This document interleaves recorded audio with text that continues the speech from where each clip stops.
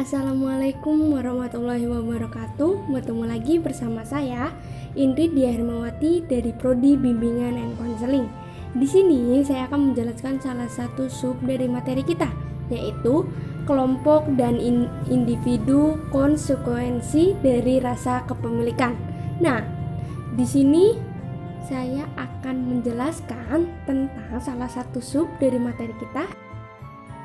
Nah, sub yang akan kita ambil dari materi ini yaitu bagaimana fungsi kelompok, peran, status, norma, dan kohesivitasnya.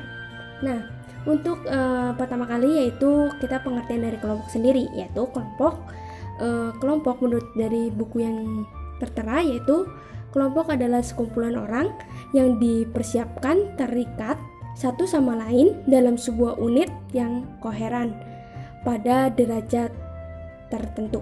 Nah, sedangkan individunya adalah merupakan inti unit terkecil pembentukan masyarakat. Nah, individu ini adalah bagian kecil dari kelompok masyarakat yang tidak bisa dibagi menjadi bagian yang lebih kecil. Nah, contohnya yaitu keluarga. Nah, kenapa keluarga? Keluarga itu terdiri dari 4 orang, yaitu ayah, ibu, anak, maupun adiknya. Nah, ayah itu dalam suatu unit keluarga itu tidak bisa dibagi menjadi yang lebih kecil lagi. Ayah ya tetap ayah satu. Nah, dari situ. Nah, untuk sub yang selanjutnya itu kan mengenai peran, status, norma, dan kohesivitas. Nah, untuk yang pertama yaitu peran.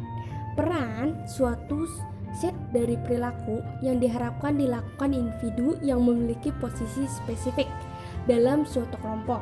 Nah, ataupun suatu tanggung jawab dan kewajiban anggota yang berbeda. Nah, untuk yang kedua, poin yang kedua yaitu status. Status sendiri menurut hierarki dalam kelompok. Dalam hal ini kaitannya dengan posisi seseorang di kelompok itu, ataupun suatu kelompok. Contohnya seperti ini.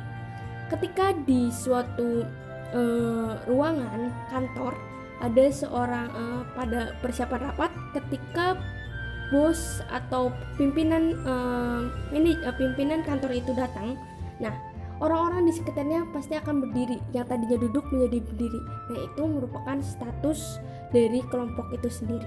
Nah, jadi memiliki seseorang yang memiliki kaitannya dengan posisi, karena dia sebagai bos, nah pemilik perusahaan, maka dihormati seperti itu dalam suatu kelompok. Nah, untuk yang selanjutnya yaitu norma. Norma itu kaitannya dengan peraturan di dalam kelompok yang mengarahkan anggotanya bagaimana mereka bertingkah laku. Nah, pada norma ini kaitannya dengan peraturan. Contohnya gini, ketika di dalam suatu kelompok pekerjaan kantor, nah di dalam kantor itu pasti ada, misalkan kita ada di kelompok diskusi, pasti di situ ada peraturannya. Kita bukan sebagai seorang individu yang sendiri, tapi di situ kita harus bisa menghargai kelompok antar anggota kelompok. Nah, ketika kita berbicara, ya kita izin berbicara di situ. Nah, itu adalah norma atau peraturan yang berlaku di dalam suatu kelompok. Nah, untuk yang terakhir yaitu kohesivitas. Kohesivitas yaitu semua kekuatan yang menyebabkan anggota kelompok bertahan dalam kelompoknya. Nah, kohesivitas itu kaitannya dengan kenyamanan antara kelompok. Jadi mempunyai pemikiran yang sama dalam suatu kelompok, sehingga kelompok itu saling menguatkan dan bertahan di dalam suatu kelompok itu. Terima kasih. Wassalamualaikum warahmatullahi wabarakatuh. Dan stay home.